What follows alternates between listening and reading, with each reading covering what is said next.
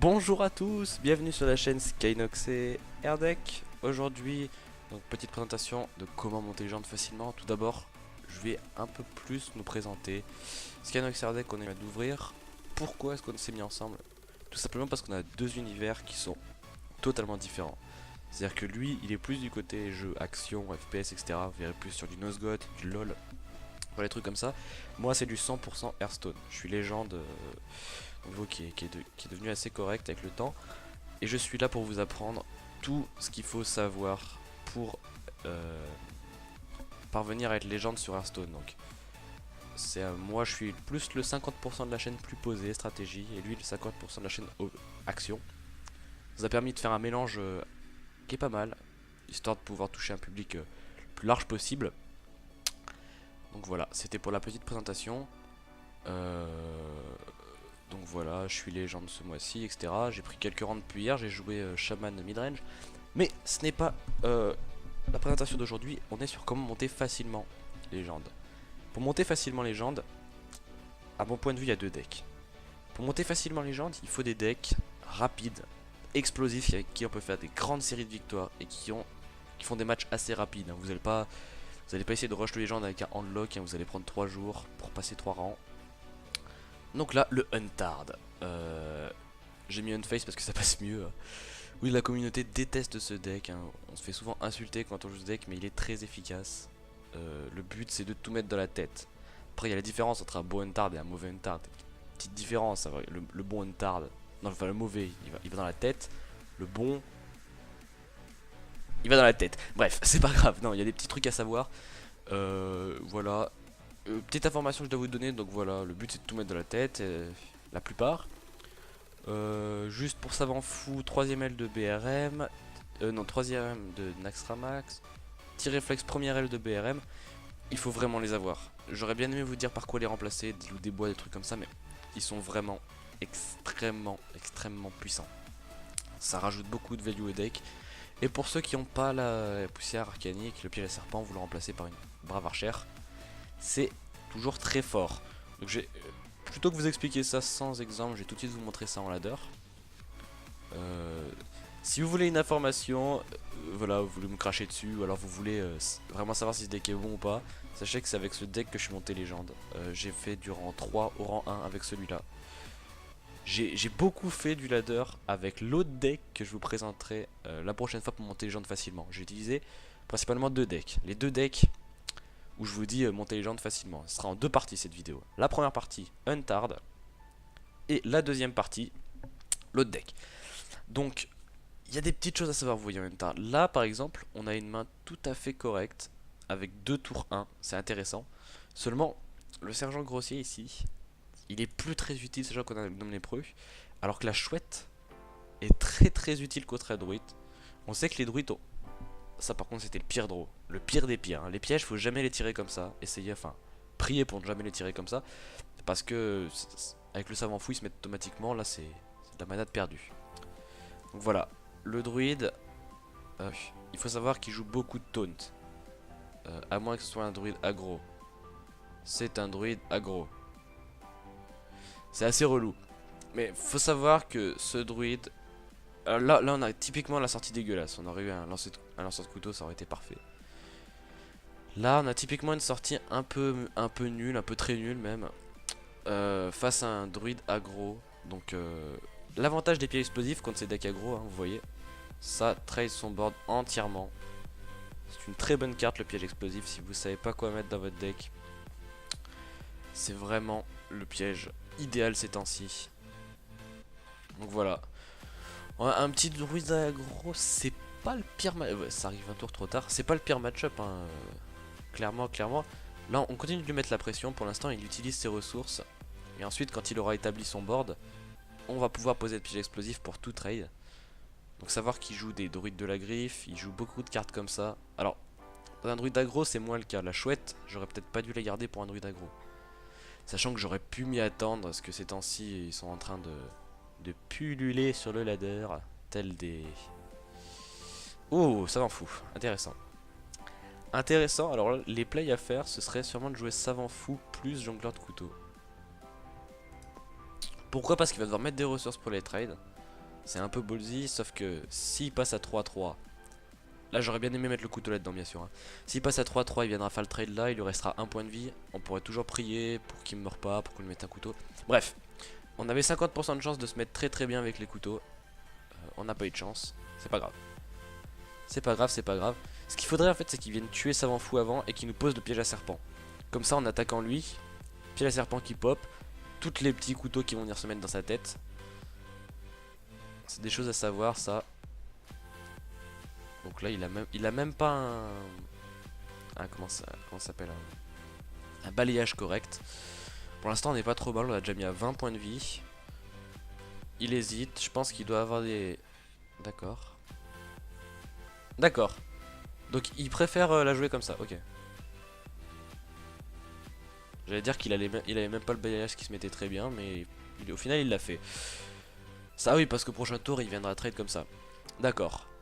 L'avantage de faire ça, c'est que regardez, on va la jouer comme ça. C'est lui donner de la mana très tôt dans la partie, hein. C'est malheureux. Mais en fait le but là, c'est de lui mettre de la pression. Comme ça peut-être qu'il viendra trade ici. Avec un peu de chance le savant fou qui nous mettra le piège à serpent. Et hop, les serpents qui apparaîtront. Il a déjà bousillé un balayage. J'imagine qu'il en a pas 45. Il est à 12 points de vie. Donc on est plutôt très bien. Un deck comme ça a pas beaucoup de heal. Ah, par contre il a top deck quelque chose. Top deck deuxième balayage. Ce serait dégueulasse. Est-ce qu'on peut dire que Gardien du Bosquet c'est pire? Ça fait chier. Ça fait chier. Alors en effet, c'est assez relou ce qui nous arrive là. Darnassus. Ok, donc il prépare un prochain tour très très agressif. Ouais. Et il a pas trop envie de nous laisser sortir la tête de l'eau. Donc, réponse à son agression.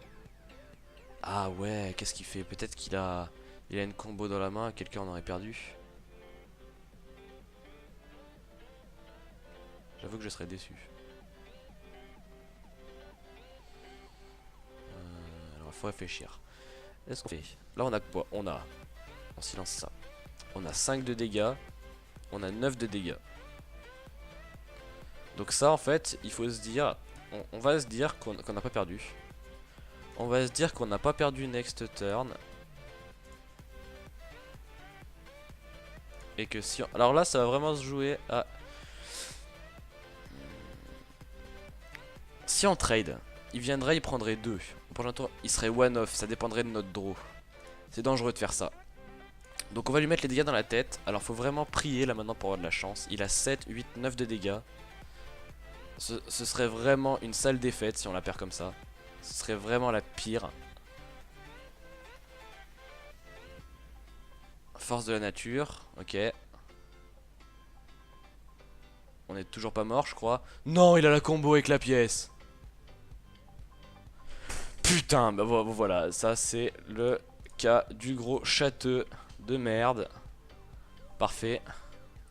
La petite menace qui va partir.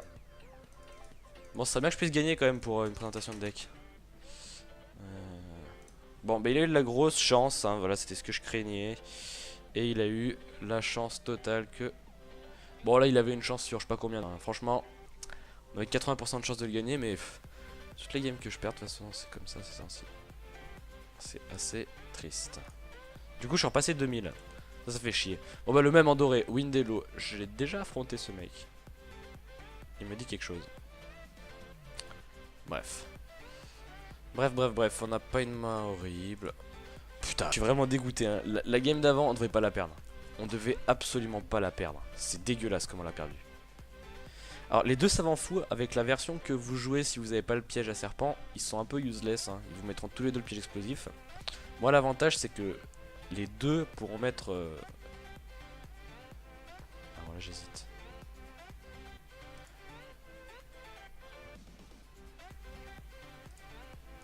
Non. Alors, pourquoi mettre la pièce tout de suite? Parce que prochain tour, on se fait trade d'une facilité déconcertante avec change forme.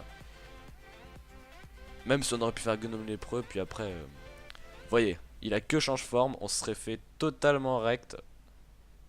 Alors que là, vous voyez, il a pris 2 de dégâts, il va reprendre 2 de dégâts. On est déjà mieux. On est déjà mieux. Alors là, comme il a mis seulement son pouvoir héroïque, on peut se dire qu'on joue le jongleur de couteau.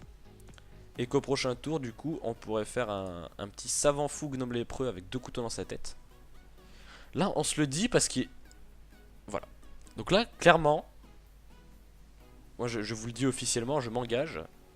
Je m'engage à dire qu'on est bien. Après là maintenant, c'est savoir... Non, ça serait 2 couteaux dans sa tête, on est d'accord. Mais avec le balayage qui est quasiment obligatoire qui va arriver, autant jouer le compagnon animal. Un bon compagnon animal, tout sauf Micha. Le porc. Le porc, on aime bien le porc. Donc là, bien sûr, vous mettez tout dans la tête à ce niveau-là. On aurait pu tenter double couteau et mettre les deux là-dessus, mais vous connaissez ma chance, hein, vous voyez comment j'ai perdu avec énormément de malchance tout à l'heure. Donc voilà, le Huntard, tout mettre dans la putain de tête de votre adversaire. Voilà, je sentais venir le balayage. C'est des choses qu'il faut savoir anticiper ça après. Plus vous jouez, plus vous allez devoir anticiper ces moves de vos adversaires. Parce que c'est des moves qui sont extrêmement dangereux pour vous, hein. Un balayage, ça peut vraiment vous ruiner la game. Faut toujours savoir que le druide a le balayage quelque part. Et alors là, c'est là que la chouette est excellente dans le match-up. Comme je vous ai dit, essayez de garder une chouette. Regardez, la chouette, elle arrive, elle silence sa créature. Et nous, on peut continuer à tout lui mettre dans la tête. Le dilemme. Est-ce qu'on continue à faire de la prise de board? Évidemment, pour l'instant, on est trop loin du létal pour se permettre de faire du hero power. On continue la prise de board. Donc qu'est-ce qu'il peut nous faire? Il peut nous faire une force de la nature défensive.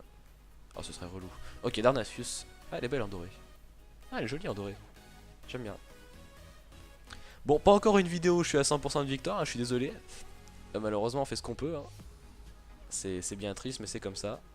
Et je crois... Non, en fait, on n'a pas gagné. Tout dépend. S'il attaque là-dessus, on est bien. Ok. Il est à 13. On a 6. Donc ça le met à 7. Ça le met à 4. Ça le met à 2. On n'a pas l'étal. On n'a pas l'étal du tout. On a déjà le piège explosif qui est sur le board. Donc s'il veut nous attaquer avec sa combo qui nous fait un truc dégueulasse comme l'autre, déjà il nous tue pas, je pense. On a 29 points de vie, faut pas déconner. Ah bah il nous concède la victoire. Il savait bien qu'il était perdu. Bon, on a vu là, avant on avait 90% de chance de gagner, on s'est fait voler. Là on avait 100%, il n'y avait pas de... Donc voilà, vous voyez le Huntard.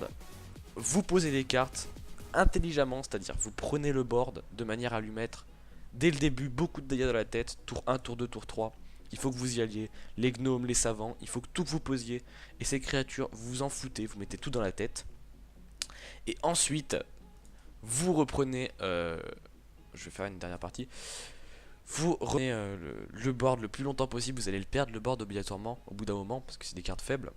Le but c'est d'avoir fait le maximum de dégâts avant pour pouvoir le finir avec des sorts, des cartes comme Golem Arcanique avec charge. Voilà. C'est un deck un peu dégueulasse. Hein. Les adversaires, des fois, vous leur mettez des létales, ils s'y attendent vraiment pas. Et c'est le but. Alors, vous voyez, c'est des mecs qui jouent le même deck que moi. Alors, peut-être qu'il peut jouer un deck un peu plus mid game, ce qui serait chiant. Là, typique man merde. Contre un chasseur, chouette, inutile.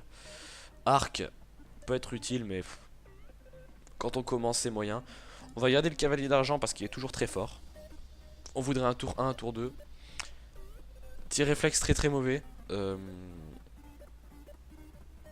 Ok. On n'a pas une main extra. On n'a pas une main extra du tout.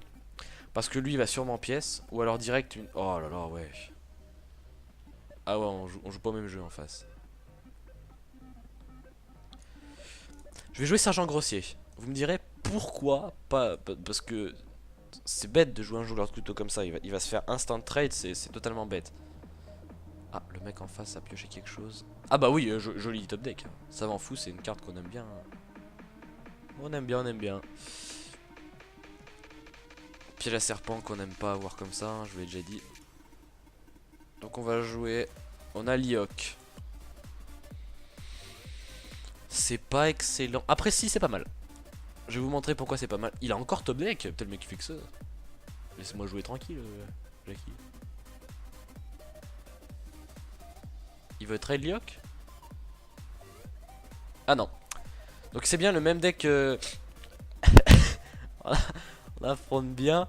Le même deck que moi, quoi. Ça se sent. Y a pas de.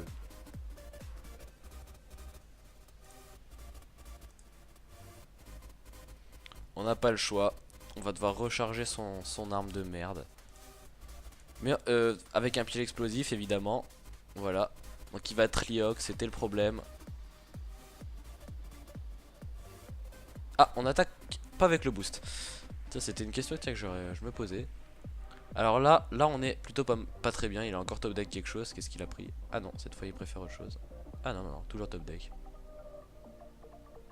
On aime bien top deck chez l'adversaire. Bah, même si je perds dans ce cas-là, vous aurez quand même la présentation d'un Untard. C'est le même que moi. Sauf qu'il a une sortie totalement dégueulasse. Et qu'on va encore perdre. À ce moment-là, il faut tenter. J'ai envie de dire. Il faut tenter. L'adversaire va croire que c'est un pied explosif, logiquement. En croyant que c'est un pied explosif, il va venir automatique. Ah non, il est pas con. Il joue au Reb. Qui joue au Reb en 2015, putain? Et ben voilà, on a perdu. C'était voilà une merveilleuse game. J'ai rien pioché de bien comme carte. Non, ça aurait pu nous aider.